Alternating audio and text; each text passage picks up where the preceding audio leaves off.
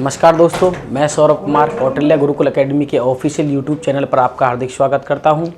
जैसा कि आप सभी को पता होगा, हमारे इस चैनल पर यूपी पुलिस की परीक्षा के लिए जो आने वाली परीक्षा है और अन्य जो भी हमारी परीक्षा है आरआरबी या आरपीएफ या फिर आपकी यूपी पुलिस कांस्टेबल वाली वैकेंसी है, यूपी एसआई, जो भी आपकी यूपी की जो परीक्षाएँ होंगी उनमें आपका रीजनिंग का कितना महत्व होता है। तो ये हमारी इस चैनल पर दूसरी क्लास होगी। दूसरी क्लास में हम आपका रीजनिंग में पढ़ेंगे आज कैलेंडर, और कैलेंडर को पढ़ने से पहले जो भी इसमें बेसिक सी इंपॉर्टेंट सी बातें होती हैं पहले हम वो पढ़ेंगे, ठीक है। तो सबसे पहले यदि मैं बात करूं कैलेंडर को, यदि हम पढ़ रहे हैं कैलेंडर में, यदि मैं सबसे पहले आपसे बात करूं तो कैलेंडर में क्या होता है, आपका वर्ष होती हैं। क्या होती हैं? आपकी वर्ष होती हैं। और यदि हम वर्षों को देखें तो वर्ष को दो भागों में बांटकर आप देख सकते हो या पढ़ सकते हो। वर्ष हमारी कौन सी होती है? एक हमारी होती है साधारण वर्ष और एक होती है हमारी लीप वर्ष। कौन सी होती है? लीप वर्ष। यदि हम साधारण वर्ष को परिभाषित रूप में यदि पढ़ें तो क्या परिभाषा होगी? यानी ऐसी वर्ष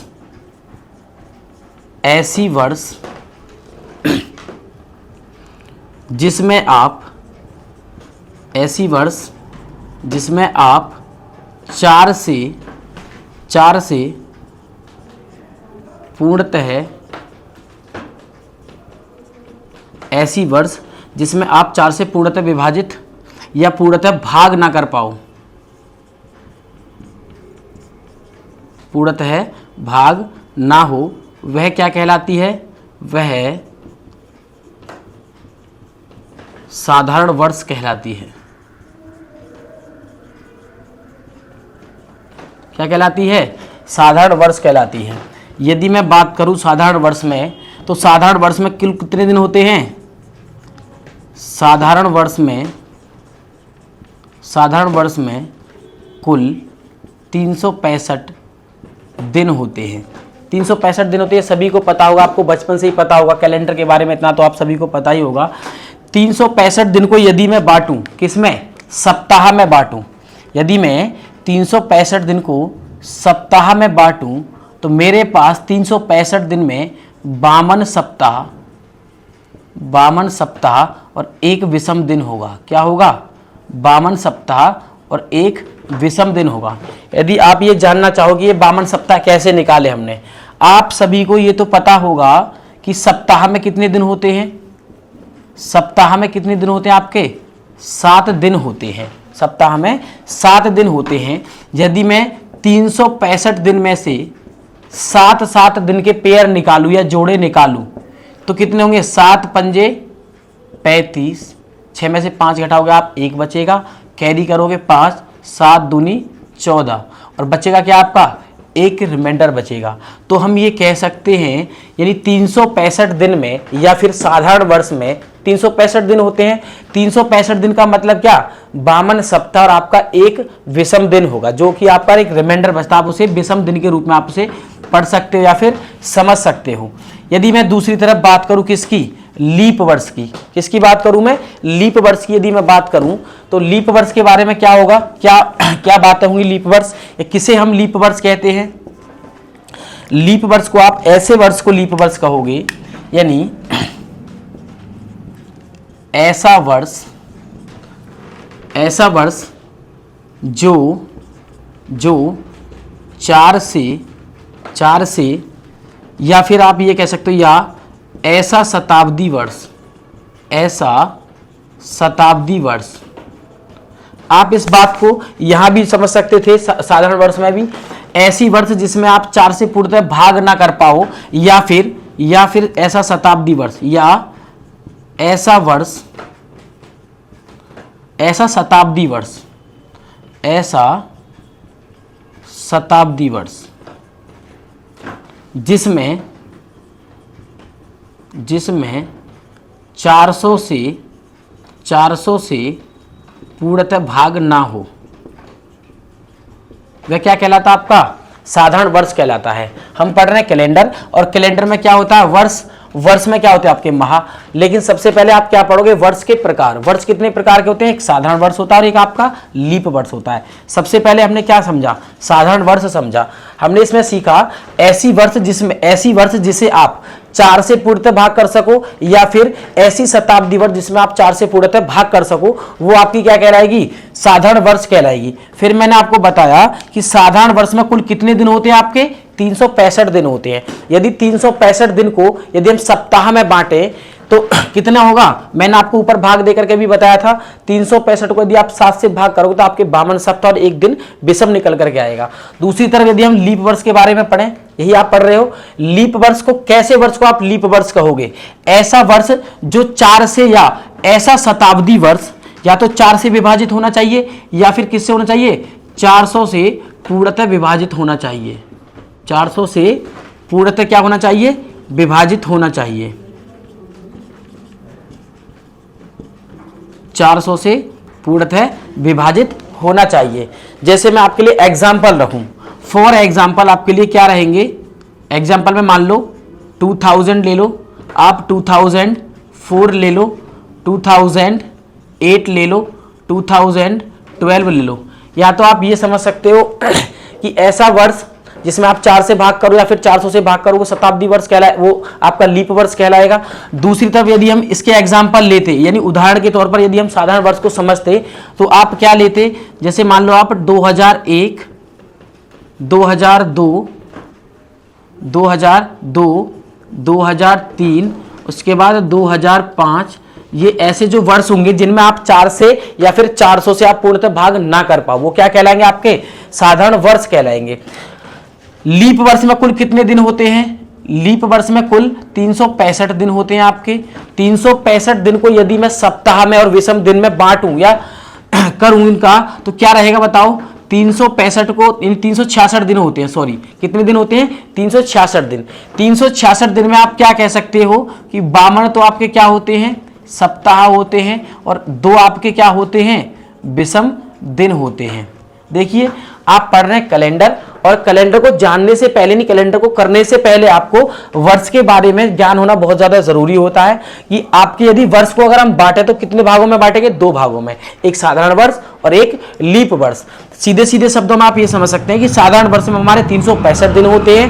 365 दिन को यदि हम सप्ताह में बांटे तो 52 सप्ताह और एक विषम दिन होता है। दूसरी तरफ यदि हम लीप वर्ष के बारे में पढ़े तो लीप वर्ष में कुल 366 दिन होते हैं, 52 सप्ताह होते हैं और 2 विषम दिन होते हैं।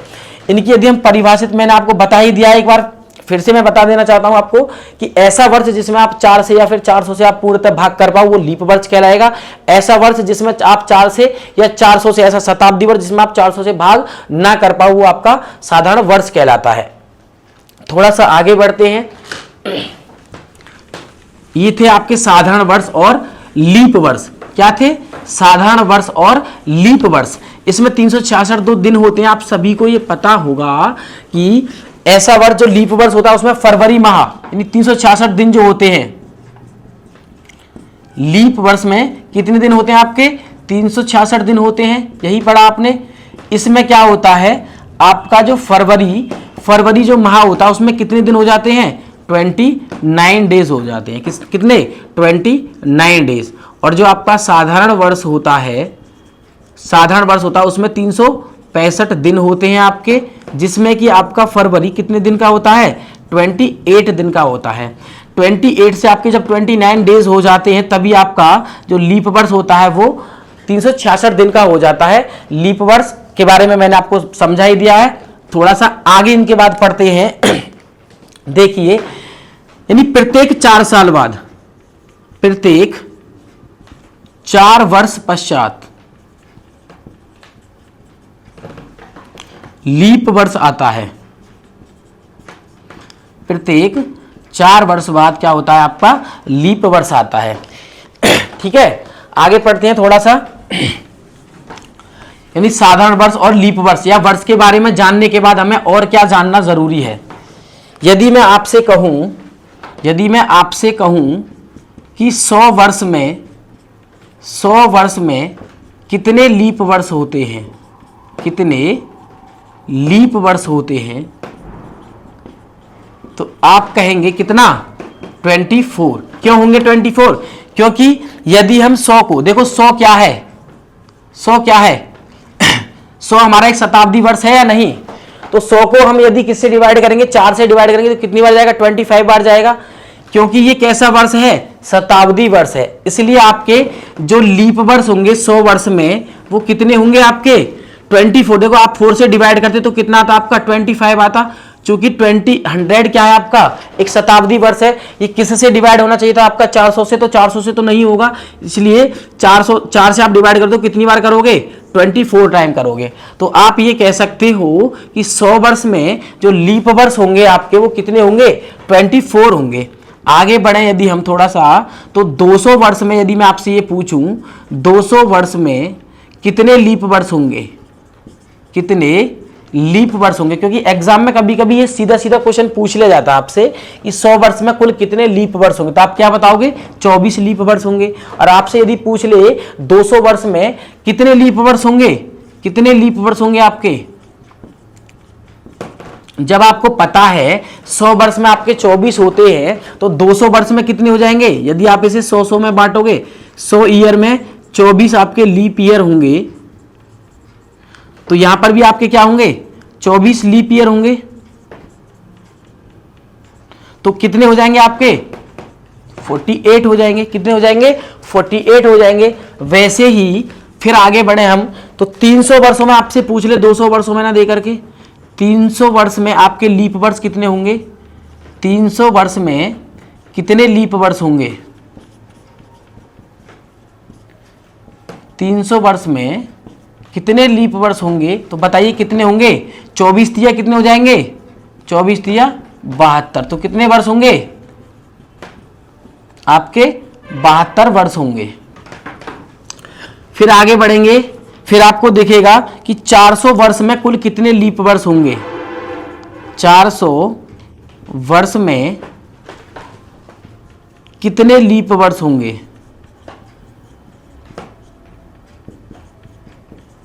400 वर्ष में आपके कितने लीप वर्ष होंगे 24, 24 दूनी 48, 24 तिया 72।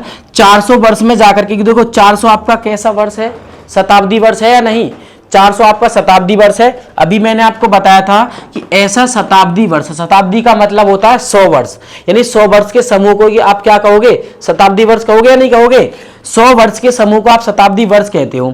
क्योंकि ये 100 से ऊपर है ना हमारे, इसलिए सभी शताब्दी वर्ष कहलाते हैं।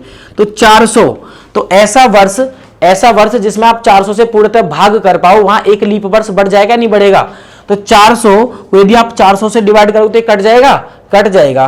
तो यदि हम ये कहें कि 24 वर्ष यहाँ 24 यहाँ 24 यहाँ, तो यहाँ पर ये 400 वाला जो वर्ष है आपका उसमें एक लीप वर्ष बढ़ जाएगा, तो कितने हो जाएंगे 24, 24 और ये 24 और 400वें वर्ष में जाकर के आपका एक वर्ष लीप और बढ़ जाएगा, तो ये कुल कितने हो जाएंगे आपके 97 जो वर्ष होंगे वो क्या होंगे लीप वर्ष होंगे, क्या होंगे 97 वर्ष यानी 97 वर्ष क्या होंगे आपके लीप वर्ष होंगे। इससे आगे बढ़ते हैं, कुछ बेसिक सी बातों को हम जान रहे हैं अभी कैलेंडर के क्वेश्चनों को करने से पहले। यानी कैलेंडर को यदि आपको पढ़ना हो तो इतना तो आपको पता होना बहुत ज्यादा जरूरी है, क्योंकि एग्जामिनर कभी कभी यहां से सीधे सीधे क्वेश्चन आपसे पूछ लेता है। यदि मैं आपसे बात करूं किसी भी शताब्दी वर्ष का, किसी भी शताब्दी वर्ष का अंतिम दिन, सॉरी किसी भी शताब्दी वर्ष का प्रथम दिन क्या हो सकता है, क्या होता है, तो क्या होता है बताइए। शताब्दी वर्ष का मतलब ऐसा वर्ष जिसमें आप 400 से डिवाइड कर पाओ या फिर 4 से डिवाइड कर, सॉरी 400 से ही डिवाइड करोगे वही शताब्दी वर्ष होगा। बताओ होगा या नहीं होगा, होगा। देखिए हम कौन सी सदी में जी रहे हैं, अभी कौन सी सदी चल रही है आपकी 21वीं सदी चल रही है। 21वीं सदी से यदि हम स्टार्ट करें, बात करें हम सन 2000 से, तो ये कैसा वर्ष है आपका, ये कैसा वर्ष है आपका 400 से यदि आप इसे डिवाइड करो तो ये कट जाएगा, ये आपका वर्ष है लीप वर्ष। तो मैं आपसे ये कहूं, आपसे मैंने ये पूछा किसी भी शताब्दी वर्ष का जो प्रथम दिन होगा वो क्या होगा, तो बताइए क्या होगा। सबसे पहले किसी भी शताब्दी वर्ष का जो दिन होगा वो आपका क्या हो सकता है, सोमवार हो सकता है नहीं हो सकता, बताओ। सोमवार होगा या फिर क्या होगा मंगलवार हो सकता है। शताब्दी वर्ष हो वो आपका क्या हो, शताब्दी वर्ष हो, ये जरूरी नहीं कि वो लीप वर्ष हो, शताब्दी वर्ष हो बस वो आपका। तो उस शताब्दी वर्ष का जो आपका पहला दिन रहेगा, चाहे आपका ये 2000 हो या फिर एक हो। ये जरूरी नहीं कि वो लीप वर्ष ही हो शताब्दी वर्ष के साथ साथ। मैंने आपसे क्या कहा, किसी भी शताब्दी वर्ष का प्रथम दिन क्या होगा, तो क्या हो सकता है आपका, सोमवार हो सकता है, मंगलवार हो सकता है, और क्या हो सकता है आपका, सोमवार हो सकता है आपका, और मंगलवार हो सकता है, और क्या हो सकता है आपका, बृहस्पतिवार, बृहस्पतिवार जिसे आप क्या बोलते हो, गुरुवार बोलते हो, गुरुवार हो सकता है, और क्या हो सकता है आपका, सोमवार होगा, मंगलवार होगा, बृहस्पतिवार होगा, और क्या होगा आपका, शनिवार होगा। ये आपके क्या होंगे, किसी भी शताब्दी वर्ष के ये पहले दिन होंगे। पहले दिन का मतलब क्या होता है आपका, 1 जनवरी को आपका इनमें से कोई भी दिन हो सकता है किसी भी शताब्दी वर्ष का। कहने का मतलब आपका ये था। लेकिन यदि मैं आपसे एक और क्वेश्चन कर दूं, क्या किसी भी शताब्दी वर्ष का, किसी भी शताब्दी वर्ष का, किसी भी शताब्दी वर्ष का अंतिम दिन क्या होगा, अंतिम दिन क्या होगा, बताओ। किसी भी शताब्दी वर्ष का अंतिम दिन क्या हो सकता है, अभी हमने क्या पढ़ा था, पहला दिन। अंतिम दिन का मतलब क्या होगा, अंतिम दिन आपको पता होगा किसी भी वर्ष का जो अंतिम दिन होता है वो क्या होता है आपका, 31 दिसंबर होता है। तो किसी भी शताब्दी वर्ष में जो 31 दिसंबर होगा, कौन कौन से दिन आपके हो सकते हैं, तो कौन कौन से दिन आपके हो सकते हैं। सबसे पहला क्या रहेगा आपका, रविवार रहेगा, आपका रविवार हो सकता है। दूसरे नंबर पे क्या रहेगा, सोमवार रहेगा आपका। तीसरे नंबर पे क्या रहेगा, बुधवार हो सकता है आपका, और क्या हो सकता है आपका, शुक्रवार हो सकता है आपका। यानी किसी भी शताब्दी वर्ष के, किसी भी का मतलब है चाहे वो लीप वर्ष हो या फिर साधारण वर्ष हो, तो अंतिम दिन क्या होंगे आपके, रविवार हो सकता है, सोमवार हो सकता है, बुधवार हो सकता है, या फिर शुक्रवार हो सकता है। देखिए क्यों जरूरी है। यदि मैं आपसे पूछ लूं एग्जाम में, आपसे मैं ये पूछ लूं कि किसी भी शताब्दी वर्ष का अंतिम दिन क्या होगा, और मैं आपको ऑप्शन दे रहा हूं A, B, C और D। मैंने आपको ऑप्शन क्या बनाए, मैंने आपको बनाया मंगलवार, फिर मैंने बोला गुरुवार, फिर मैंने बोला शनिवार, और फिर मैंने आपसे क्या बोला, बुधवार। तो बताओ इसका जवाब क्या रहेगा। आपसे यदि एग्जाम में सीधे सीधे पूछ लिया जाए किसी भी शताब्दी वर्ष का अंतिम दिन क्या होगा, तो मैंने अभी आपको समझाया किसी भी शताब्दी वर्ष के जो अंतिम दिन होंगे वो क्या रहेंगे, रविवार रहेगा, सोमवार रहेगा, बुधवार रहेगा और शुक्रवार रहेगा। तो देखिए यहां पर देखिए, क्या मंगलवार रहेगा आपका अंतिम दिन, नहीं रहेगा। गुरुवार रहेगा, नहीं रहेगा। शनिवार रहेगा, नहीं रहेगा। क्या बुधवार रहेगा, तो आपका जो किसी भी शताब्दी वर्ष का अंतिम दिन है वो क्या हो सकता है, बुधवार हो सकता है। तो ये जो दोनों मैंने पॉइंट आपके लिए लिखाए हैं, किसी भी शताब्दी वर्ष का पहला दिन और किसी भी शताब्दी वर्ष का अंतिम दिन, ये आप चाहो तो नोट कर सकते हो इसे, या फिर स्क्रीनशॉट ले सकते हो आप इस चीज का। ये आपके लिए बहुत ज्यादा जरूरी है जानना। इसके बाद हम थोड़ा सा आगे और बढ़े। इसके बाद यदि हम आगे कैलेंडर के बारे में और जाने तो और बहुत सारी ऐसी रोमांच भरी बातें हैं जो आपको नहीं पता होगा, आपने कैलेंडर तो देखा होगा, कैलेंडर को तो आप बचपन से ही अच्छे से जानते होंगे, लेकिन ऐसी छोटी छोटी बातों को आपने शायद कभी नहीं पढ़ा होगा। क्या आपने कभी सोचा था कि किसी भी शताब्दी वर्ष के अंतिम दिन और प्रथम दिन ऐसे हो सकते हैं, बताओ। देखो अब नेक्स्ट पॉइंट हमारा क्या रहेगा, नेक्स्ट पॉइंट हमारा रहेगा, सबसे पहले हमारा कौन सा वर्ष होता है, साधारण वर्ष। तो किसी भी साधारण वर्ष, किसी भी साधारण वर्ष का क्या होगा, यानी क्या होगा आपका, किसी भी साधारण वर्ष का जो प्रथम दिन होगा,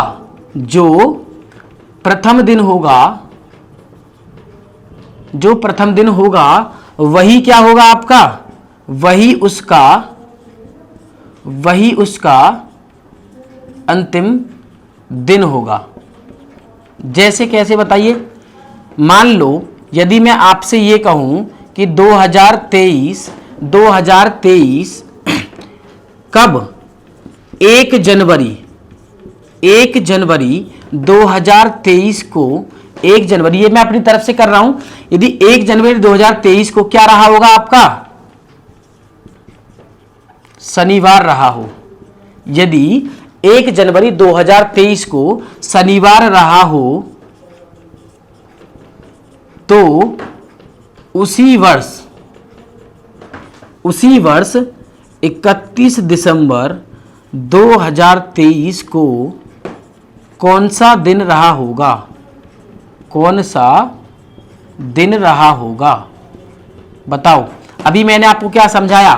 किसी भी साधारण वर्ष का जो प्रथम दिन होगा वही क्या होता है? उसका अंतिम दिन होगा। यदि मैं आपसे ये कह दूं कि 1 जनवरी को क्या है? शनिवार है, तो 31 दिसंबर को कौन सा दिन होगा? बताओ। यदि हमें ये पता है तो हम बड़ी आसानी से बता सकते हैं कौन सा दिन होगा? शनिवार होगा। क्यों होता है बताओ? क्योंकि साधारण वर्ष जिस दिन प्रारंभ होता है ना, उसी दिन क्या होता है? वह समाप्त होता है। यदि आपका 1 जनवरी 2023 को शनिवार है तो 31 दिसंबर 2023 को क्या होगा? एक और क्वेश्चन करें ऐसा, एक और क्वेश्चन करें। मान लो मैं आपसे ये कह दूं कि 1 जनवरी 1995 को 1 जनवरी 1995 को क्या है आपका? मंगलवार है। 1 जनवरी 1995 को मंगलवार है, तो 31 दिसंबर 1995 को 31 दिसंबर 1995 को कौन सा दिन रहा होगा? कौन सा दिन रहा होगा? यदि आप इस बात को समझ गए हो तो आप इसका आंसर फटाफट से दे सकते हो, नहीं दे सकते? क्या रहा होगा बताओ? 31 दिसंबर 1995 को, क्योंकि 1995 कैसा वर्ष है हमारा? साधारण वर्ष है। जैसे हमारा 2023 साधारण वर्ष था। क्यों था बताओ? क्योंकि इसमें जो 2000 में तो आप 400 का भाग दे सकते हो, लेकिन 23 में क्या दे सकते थे आप? 2023 आपका कैसा वर्ष था? साधारण वर्ष था। और साधारण वर्ष का जो दिन पहला होता है वही दिन क्या होता है? उसका आखिरी होता है। वैसे ही 1 जनवरी 1995 यानी 1995 आपका कैसा वर्ष है? साधारण वर्ष है। यदि 1995 आपका साधारण वर्ष है और 1 जनवरी को आपका क्या है? मंगलवार है, तो आपका 31 दिसंबर 1995 को कौन सा दिन होगा बताओ?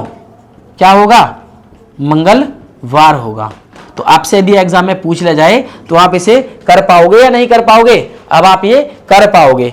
इससे यदि हम आगे बढ़े, अब ये हमारी थी, अब तक जो भी हमने पढ़ा वो हमारी कैलेंडर की बेसिक सी बातें थी, बिल्कुल बेसिक सी बात है जो आपको पता होनी चाहिए। ठीक है, अब आप थोड़ा सा आगे और बढ़ेंगे। कैलेंडर में और भी बहुत सारी बातें होती हैं। देखिए कौन कौन सी ऐसी बातें हैं आपकी कैलेंडर की। सबसे बड़ी बात पता है क्या है? आपको पता होगा कि ज्यादातर परीक्षाओं में कैलेंडर से एक या दो क्वेश्चन पूछे ही जाते हैं आपके, यानी रीजनिंग से आपके यदि कैलेंडर से क्वेश्चन आते हैं तो कैलेंडर से जरूर ही पूछा जाएगा आपसे। ठीक है, अब देखो नई बात क्या रहेगी। आपको पता है सप्ताह में कितने दिन होते हैं बताओ? सप्ताह में 7 दिन होते हैं। सप्ताह में 7 दिन होते हैं आपके। सप्ताह में आपके 7 दिन होते हैं। यदि मैं शुरुआत करूं, पहला दिन आपका कौन सा रहेगा? संडे। देखिए आपको अलग अलग किताबों में क्या है? आपको अलग अलग कोड दिए गए हैं। ठीक है, यदि आप पहली बार अपनी रीजनिंग को पढ़ रहे हो यानी कैलेंडर को पढ़ रहे हो तो आपको जो मैं कोड आज बता रहा हूं ना, आप उन्हीं से आप क्वेश्चन को करना। देखिए सबसे पहला दिन मेरा कौन सा रहेगा? आपका संडे रहेगा। उसके बाद आपका दूसरा दिन क्या रहेगा? मंडे रहेगा। तीसरा दिन आपका क्या रहेगा? ट्यूसडे रहेगा। वैसे हम आगे बढ़े, चौथा आपका क्या रहेगा? वेडनेसडे रहेगा। पांचवा आपका क्या रहेगा? थर्सडे रहेगा। छठा आपका फ्राइडे रहेगा। और सातवां आपका क्या रहेगा?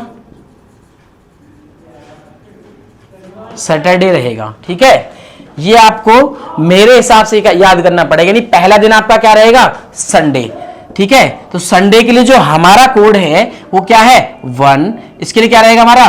2, 3, 4, 5, 6 और ये 7। ठीक है, ये क्या है हमारे जो सप्ताह में 7 दिन होते हैं। सप्ताह में कितने दिन? 7 दिन होते हैं। उनके लिए जो कोड है हमारे क्वेश्चनों को करने के, वो है संडे का पहला। तो देखो 7 की जगह आप क्या लिखोगे?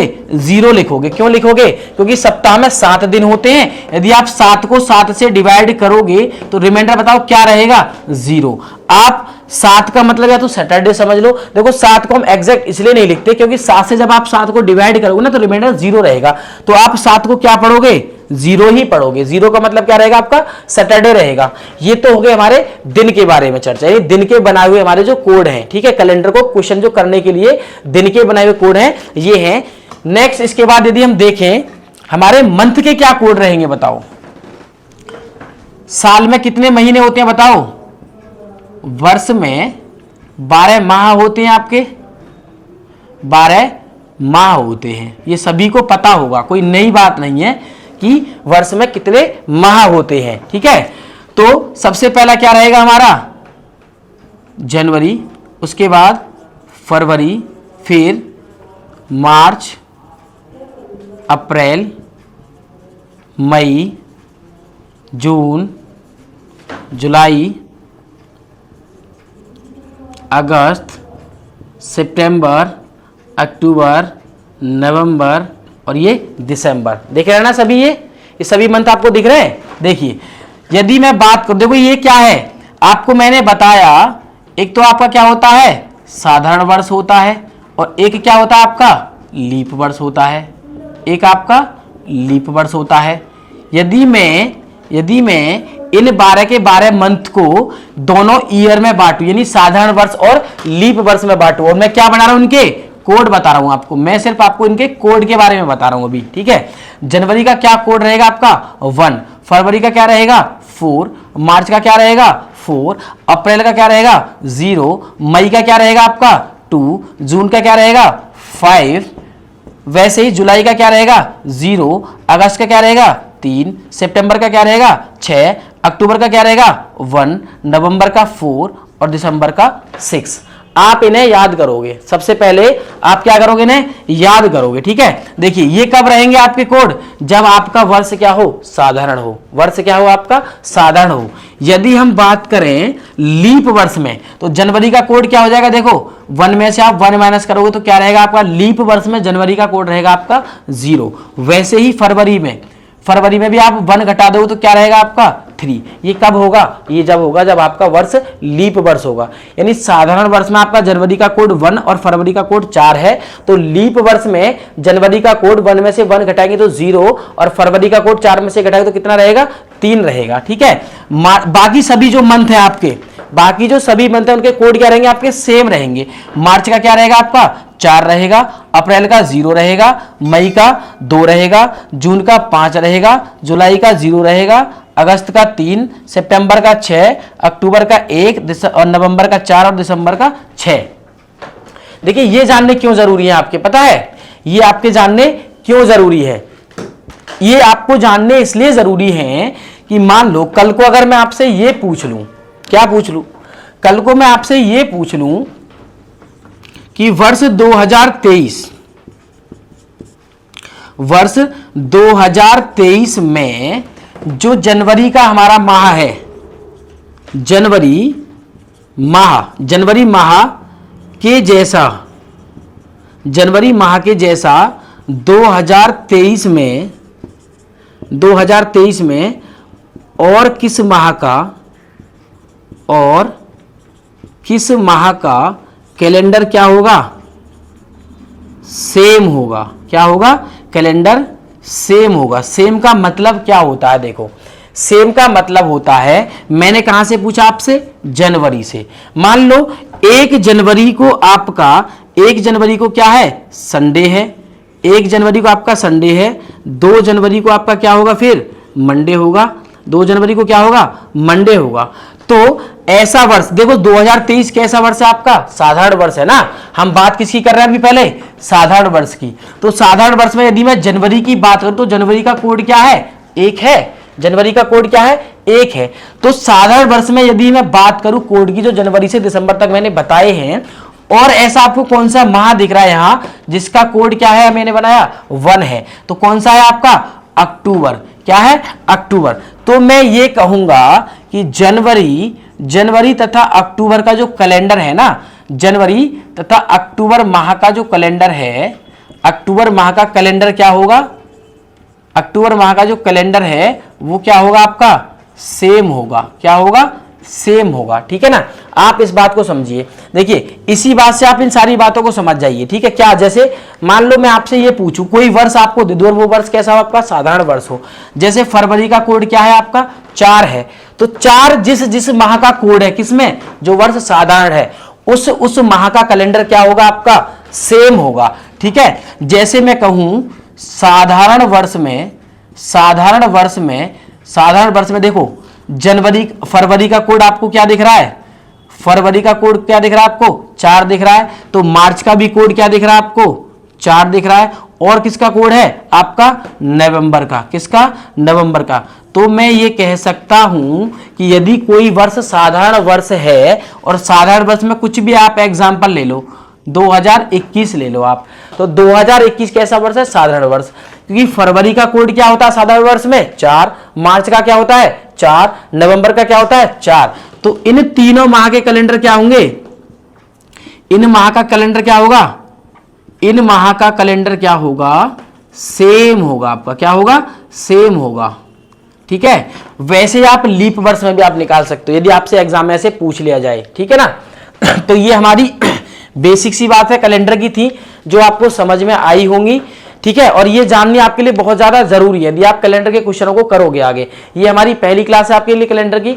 नेक्स्ट क्लास में आपके लिए अच्छे अच्छे क्वेश्चन के साथ हम उपस्थित होंगे। मैं सौरभ कुमार आपसे विदा लेता हूं।